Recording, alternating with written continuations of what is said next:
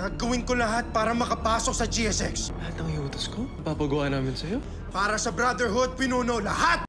Kay Professor Elmer ang unang klase ni Lamoy, kung saan si Kelvin ang tinanong niya sa discussion nila, pero ngumiti lang ang binata, kaya sinaad ni Elmer na magaling sila sa pangiti-ngiti. Pagkatapos naman ng klase nila ay agad-agad sumibat si Moy dahil unang araw niya bilang waiter sa mismong kantin ng school. Habang magkakasama naman sila Rick, Aidan, Gio at Rick, ay topic nila ang tungkol kay Roland na hindi sila nagsalita tungkol sa pagkamatay ng binata. Giniit ni Aidan na baka makulong sila kung magsasalita ang mga ito dahil accessory to the crime yun. Naalala naman nila ang bili ni Justine na dapat ay united sila at kailangan nilang isipin yung commitment nila sa brotherhood dahil sila din ang makikinabang na yun ang dahilan kung bakit sumali din si Gio. Giniit naman ni Aidan na parang suhol sa kanila ni Justine kung tatanggapin nila yung offer niya lalo't sila ang testigo sa pagkamatay ni Roland.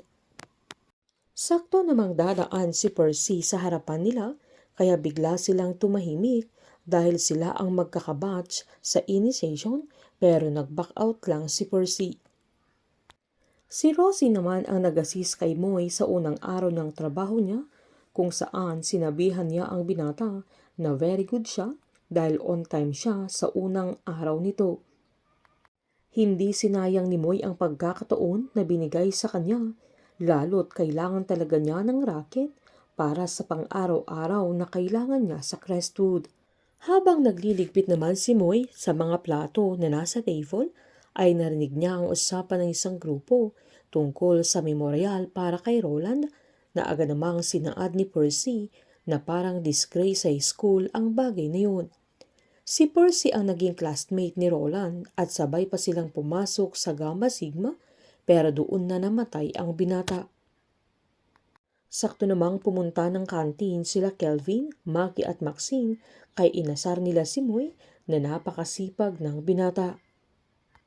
Habang nasa Jaime Sagrado Hall sila Justine ay sinaad niya sa mga kasamahan niya na kulang sila sa fund para sa scholarship ng mga ka-brotherhood nila kaya kailangan nilang mag-fundraising concert. Sakto namang pinuntahan siya ni Moy pagkatapos niya sa kantin at nagpasalamat ang binata dahil siya ang nagpasok sa kanya sa kantin ni Aling Rosie na agad namang sinaad ni Justine na leader siya ng GSX kaya hindi siya tinatanggihan dahil yun ang isa sa patakaran nila, dapat ay magtutulungan sila. Agad namang sinaad ni Moy na hindi pa nila kabrad ay tinulungan na nila na paano na kung kabrad na nila.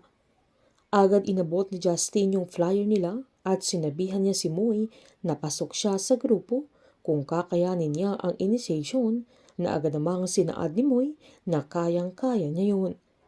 Sa pagpasok ni Moy sa Gamma Sigma ay gagawing tauhan nila Justine pero siya pala ang magiging tinik sa kanila dahil siya mismo ang makakatuklas na si Justine ang nakapatay kay Roland.